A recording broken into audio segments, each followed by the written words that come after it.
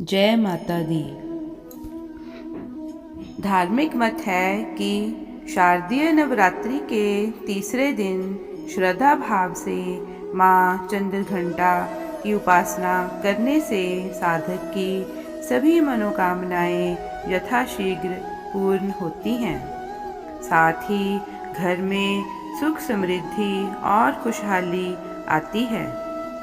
अगर आप भी माँ चंद्रघंटा की कृपा के भागी बनना चाहते हैं तो विधि पूर्वक माँ की पूजा उपासना करें। साथ ही पूजा के समय व्रत कथा का पाठ अवश्य करें। शारदीय नवरात्रि के तीसरे दिन माँ चंद्रघंटा की पूजा अर्चना की जाती है। साथ ही उनके निमित्त व्रत उपवास रखा जाता है।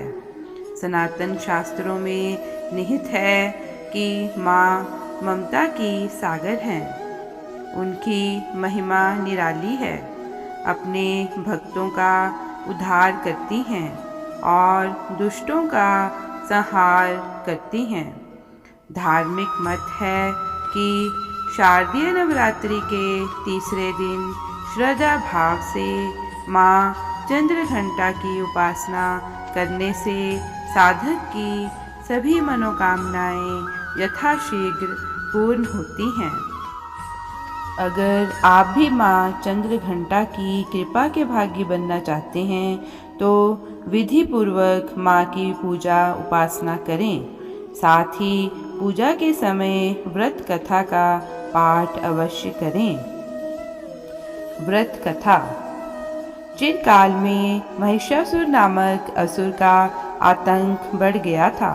उसके आतंक से तीनों लोक में हाहाकार मच गया था। भगवान द्वारा प्रदत्त अतुल बल से महिषासुर बहुत शक्तिशाली बन गया था। वह शक्ति का दुरुपयोग कर स्वर्ग पर अपना आधिपत्य जमाना चाह रहा था। इस प्रयास में वह लगभग सफल भी हो गया था। उस समय स्वर्ग के देवता भयभीत हो उठे। स्वयं स्वर्ग इंद्र नरेश भी चिंतित हो उठे। महिषासुर स्वर्ग का सिंहासन पाना चाहता था। उस समय सभी देवता ब्रह्मा जी के पास गए और उनसे सहायता मांगी।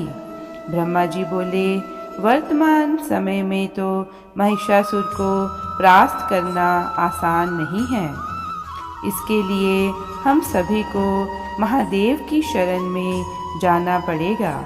उस समय सभी देवता सबसे पहले जगत के पालनहार भगवान विष्णु के पास गए और उनसे सहमति लेकर सभी महादेव के पास कैलाश पहुँचे। स्वर्ग नरेश इंद्र ने आप बीती महादेव को सुनाई। स्वर्ग नरेश इंद्र की बात सुन महादेव क्रोधित होकर बोले, महिषासुर अपने बल का गलत तरीके से प्रयोग कर रहा है। इसके लिए उसे अवश्य दंड मिलेगा। उस समय भगवान विष्णु और ब्रह्मा जी भी क्रोधित हो उठे और उनके क्रोध से एक तेज प्रकट हुई। यह तेज यानी ऊर्जा उनके मुख से प्रकट हुई। इसी ऊर्जा से एक देवी प्रकट हुई। उस समय भगवान शिव ने देवी माँ को अपना त्रिशूल दिया। भगवान विष्णु ने अपना सुदर्शन चक्र दिया।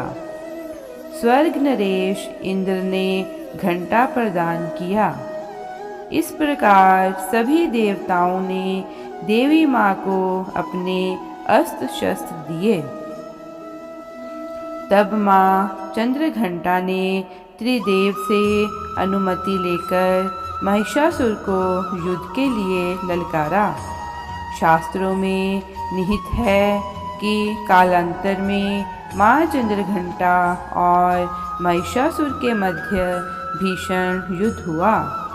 इस युद्ध में माँ के प्रहार के सामने महिषासुर टिक ना सका। उस समय महिषासुर का वध कर माँ ने तीनों लोकों की रक्षा की। तीनों लोकों में माँ के जयकारे गूंजने लगे। कालांतर से माँ चंद्रघंटा की पूजा उपासना की जाती है। माँ अपने भक्तों के सभी दुख हर लेती है, साथ ही सुख, समृद्धि और शांति प्रदान करती हैं।